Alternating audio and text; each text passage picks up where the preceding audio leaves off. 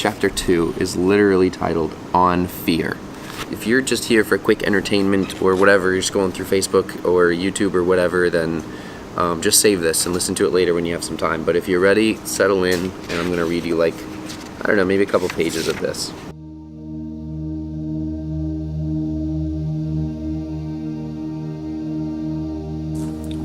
Before I do anything else, drink my coffee, I write my goals down. It's pretty simple, really. What do I want? Where am I going? That's it.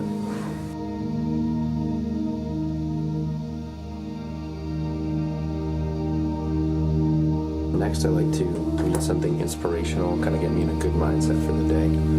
I've been reading this book a lot, Motivation Manifesto by Brendon Burchard. This book's amazing. So I'm going to go do that. Refill. Maybe not.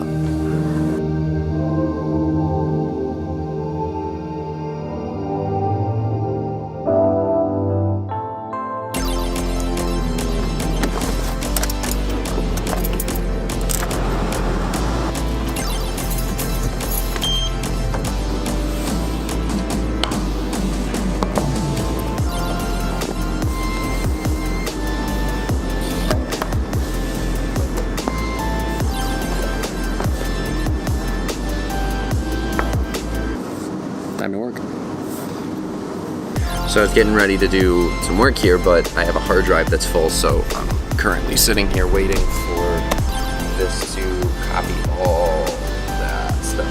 So it's going to take a little while. So what I figured I would do in the meantime, I'm actually going to sit here and read some of this book to you because it's that meaningful to me. So what I'm going to do is open up to, I even have it saved with a bookmark. Chapter 2 is literally titled On Fear.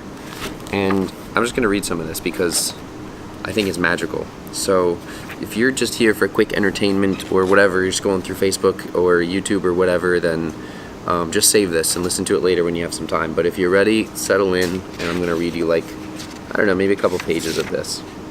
There's so much here to read, so I'm just going to pick a certain amount and we'll see how far we get. So here we go. Chapter 2, On Fear. He who is brave is free. Fear rips us from freedom. It is the destroyer of greatness. We know this, and we know we should tame our mind in order to defeat fear. Yet, look at all the adults who act like powerless children and avoid the life they want because of fear. The socially oppressed say, well, you don't understand. People are always holding me back, and I am afraid to chase my dreams because others will judge and reject me. And the self-oppressed say, you don't understand. I can't chase my dreams because I might fail. I might not be good enough. These are the debilitating thoughts of the fearful. Should we wish to live a vibrant life, we must transcend such childishness and look fear in the eye, recognizing it as a mental construct that we alone fuel with small thoughts that betray our magnitude. It is the first realization of the mindful human. Unless we are being chased by a deadly animal or deranged human, or face imminent physical harm like falling to our death, fear is just bad management of our mind. I'm going to read that again because I think it's powerful.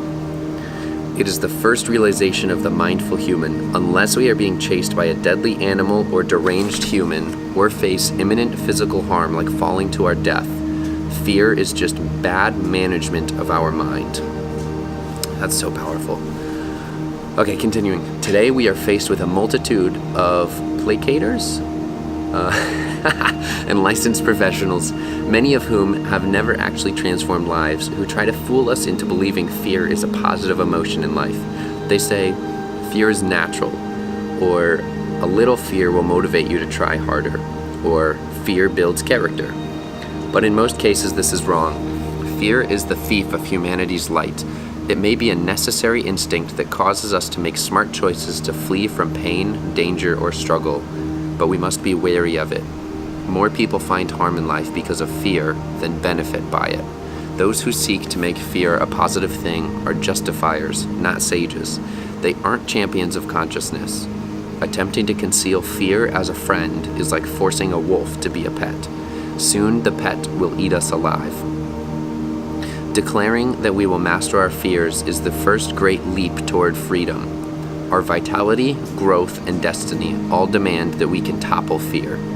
And so much hangs in balance. As so much hangs in the balance, let us better understand what fear really is. Fear is the human motive of aversion. Fear doesn't help us commit to higher aims. It doesn't help us imagine greatness. Its sole aim is immediate release from threat, strain, or pain. It often becomes a by all means necessary approach to controlling any given situation so that the body, but most often the ego, can feel safe and unchallenged. And for me, that makes me hate fear, you know?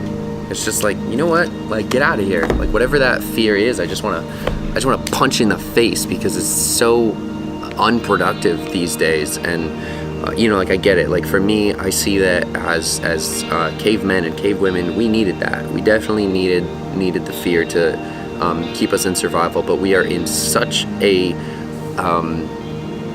elevated level of society that, for the most part, it's just BS, and it's just stopping us. It's holding us back from doing things that actually matter, and from being authentic in the world, and all of that. And I just don't know what else to say about it. It's just, there's a quote, I forget who said it, but there's a quote that says, "If you are afraid, you must." That's it.